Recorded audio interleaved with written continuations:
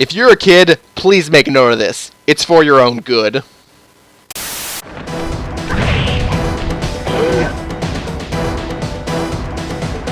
You certainly got some rhythm, Raccoon. But it won't help you none if you're fixing to go after the Panda King. He's tough, with a capital T. If you go poking around his stronghold in China, you're likely to get poked back. Yeah, well, if he's anything like the rest of you, I think I'll manage.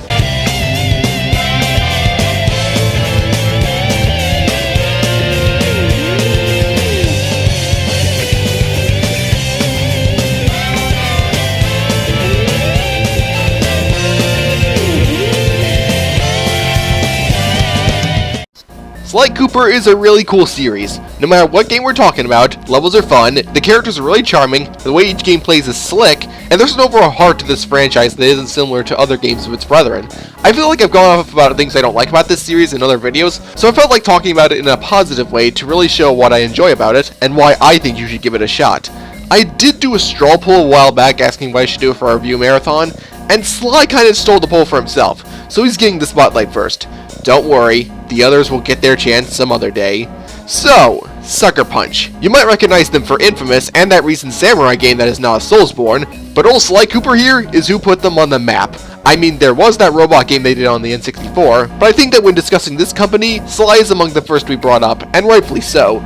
Sly was created through a process of ideas of a 3D platformer with acrobatics as the focus instead of combat, and an art style that would not only look appealing, but also ensure that the game would run perfectly on the hardware that they had. Thus, Sly came to be with Sly Cooper and the Thievius Raccoonus, or Sly Raccoon if you live in Europe, which released in late 2002. I never knew about the series myself until some people I got to know on the internet recommended it to me back in the 2014 to 2015 range. I heard a ton of good things about it back then, especially the third and fourth games, so I checked them out and yeah, I not only enjoyed all the games, but I thought the quality got better with each passing installment back then. However, after all these years, does my opinion on each journey this raccoon has had still hold up? Well, it's time for this review marathon to tell you that, starting with the original. Time for a heist, everyone.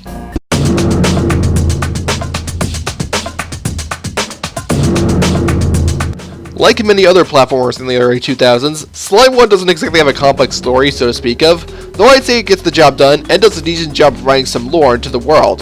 The game centers on the eponymous Sly Cooper, an anthropomorphic raccoon and a thief from a long family bloodline of master thieves. Early in his life, his home was ransacked by a band of criminals called the Fiendish Five, comprised of Sir Raleigh, a frogger who born of luxurious life and turned pirate, Mugshot, a bulldog who became a crime boss with muscles and guns to make sure no one picked on him again, Ms. Ruby, an alligator with an affinity for voodoo and necromancy, the Panda King, a panda and frustrated firework artist turned homicidal pyromaniac, and finally the leader of the bunch, Clockwork, an owl who turned mechanical out of hatred for the Cooper family.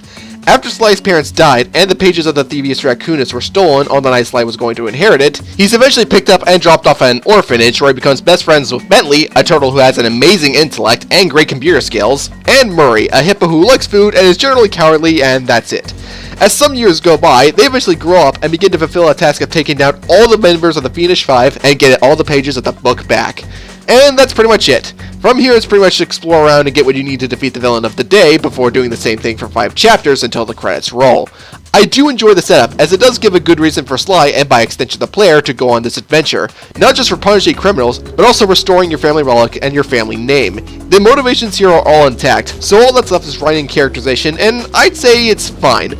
Sly himself really made an impression on me for being enjoyably cocky, yet still possessing a cool head, so he doesn't make decisions he doesn't believe are worth making, further developing the main drive of the game. I will say though that his interactions with Bentley could be a lot better. I mean, a few lines are funny, and I do know what they were going for, with Sly assessing the situation with his abilities, and Bentley being a little more statistical, but some of their exchanges are a little too harsh, to the point where I find it difficult to believe that they are longtime friends. Follow them to your objectives. Thanks. Don't mention it. It's your funeral. Yeah. Murray's kind of there and honestly feels like an afterthought, but Sly does have interactions with someone else that I really enjoy, Carmelita Fox, a female fox who works as an Interpol agent and has been hunting Sly down for years prior to the game. Honestly, I totally buy them having encountered each other as criminal and officer for years now, and the way Sly just kind of talks to her with a more charming attitude and Carmelita getting with the program to put the cuffs on him always makes me smile. Carmelita doesn't do much in the game overall, except a bit near the end, but honestly it was totally worth having her around for these bits. The villains as a whole are a mixed bag. Raleigh's honestly really boring, and Miss Ruby has nothing engaging or likable about her, and not in the way the writers intended, but Mugshot and the Panda King are fine, and Clockwork is one of the best villains in gaming history. The fact that Sly in general has more enjoyable interactions with the villains I like more, as opposed to the ones I didn't like as much, certainly enforced this. Overall, there are some areas where the story, characterization, and writing could be tightened, but as it is, it's reasonably solid.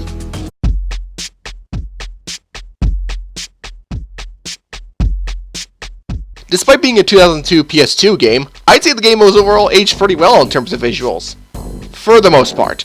Environments are decently detailed and really do give off an atmosphere that is calm and vast to really absorb the feeling like you're actually on a heist sneaking around enemy lines.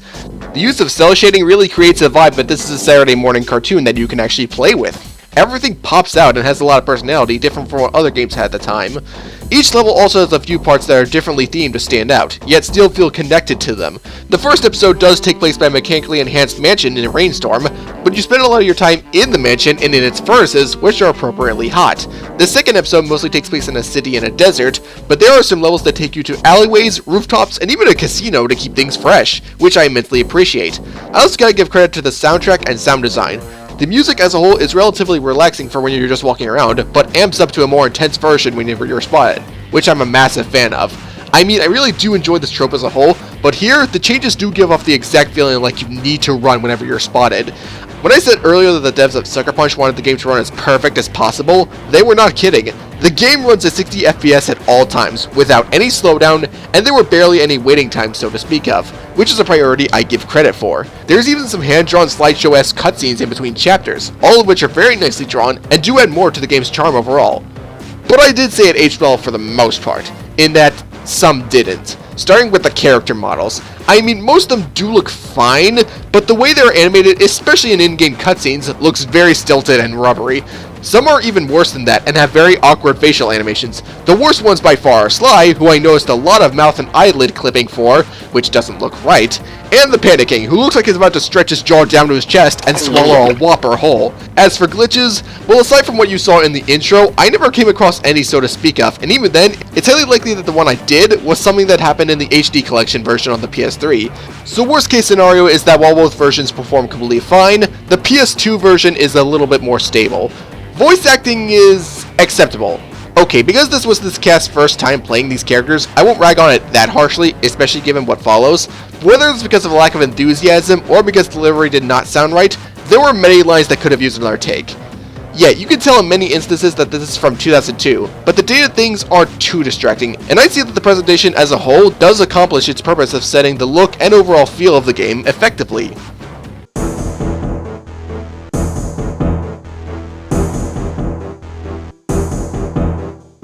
So, with Kane in hand and acrobatics all memorized, gameplay's bound to be good, right?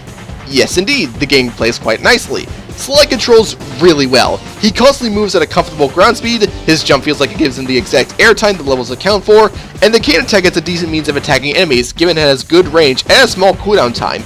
Every level that you utilize these controls in is very linear and has various sets of challenges around every corner, like different kinds of enemies or sections that requires an ability that Sly has.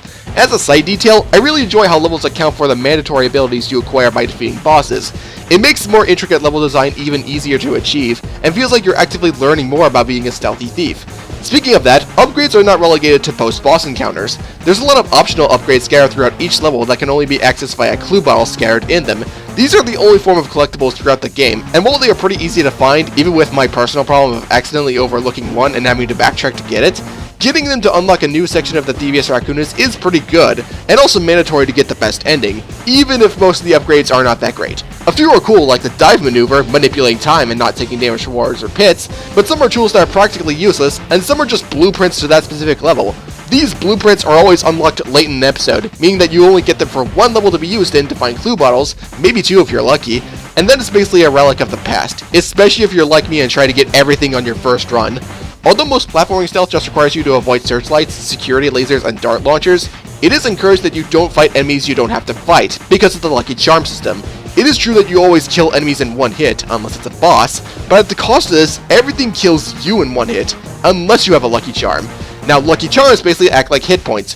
One can be gained by finding them or by collecting 100 coins, Sly can get a maximum of 2 at a time, anything beyond that grants an extra life, and Sly dies if he doesn't have one. Now, I'm not really sure how to feel about this system. This can be a decent method of encouraging stealth, since no mandatory enemy you have to fight really has anything that threatening to you unless you're being clueless, but the more dangerous enemies like these dogs in suits with missile launchers or sword gorillas are good at attacking on sight, so you can avoid them if you like, but there are situations where that isn't always optimal, and it's much better to take care of them on sight, thanks to the linear level design, which I feel underplays the whole stealth aspect to a point. Granted, there are times where being stealthy can make that easier, but they are not as common as I'd like. And even in 2002, limited lives were extremely antiquated. Not only do the PS2 and PS3 versions have easy ways to save data, but dying is a slap on the wrist in this game. The levels are not overly long, even with checkpoints, so it takes no time to get back to where you were, even when you get a game over, which sends you back to the beginning. Heck, any clue bottles you retained in the level remain in your possession even if you die, get a game over, or even exit the level. Not to mention the game always autosaves during most of these situations, rendering lives utterly meaningless here. Not helping these is that if you look around more for anything you might have missed, the camera can get really stubborn. There's many things it can get stuck on, and it doesn't always give you optimal views as to what's ahead. I mean, this was only an issue for clue bottles, and not really for normal progression, and there are far worse examples of cameras like this, but it did happen enough times to get me to say this. Despite these issues, I still really enjoy playing through these levels on Sly's side, because he's fun to control, and because there's quite a few settings and set pieces that really do make them more appealing. And while these levels take up a majority of the game time, there is a lot of game time to levels based around certain gimmicks, and I'm just gonna be honest, most of them are not very good.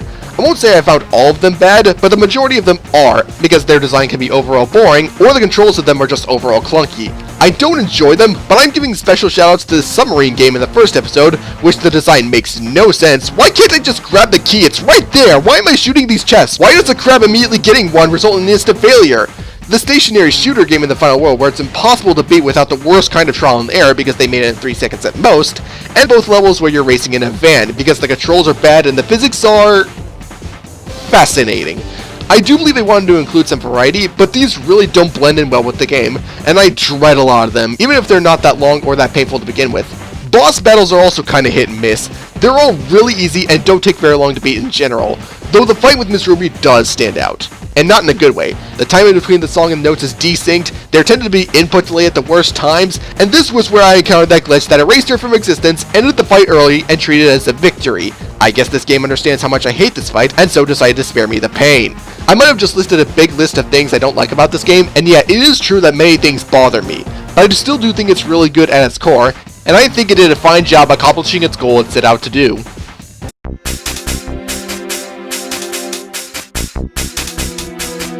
This may have been a relatively big task for Sucker Punch at the time, but I do believe it paying off for them back then, because Sly 1 does hold up fine today.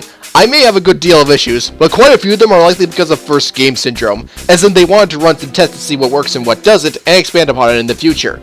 There's definitely spots that didn't, but there are spots that did, and they do outweigh the bad, and are enough for me to recommend playing the game at least once. It may not be 3D platforming bliss, but you can do a lot worse than this. Both the PS2 and PS3 versions are likely at a local vintage gaming store for not that much, and the collection is available on the PS Store only for PS3. Unfortunately, there's no way to experience it on modern consoles like the PS4, so you might need to jump back a generation or two to play this, but it is worth it in my eyes, especially since the PS3 version, in spite of any rough edges, does let you get Sly 2 and Sly 3 for it. Really, what version you go for is really up to you. I probably won't revisit this, as I got a lot more mileage out of other platformers, even in the same series, but I can say that I can play Sly Cooper and the Thievius Raccoonus just fine, and I think you can too. I am the Lightning Ripper, and Fiery Wheel. Fiery Wheel! Fiery Wheel! Fiery Wheel! Fiery Wheel!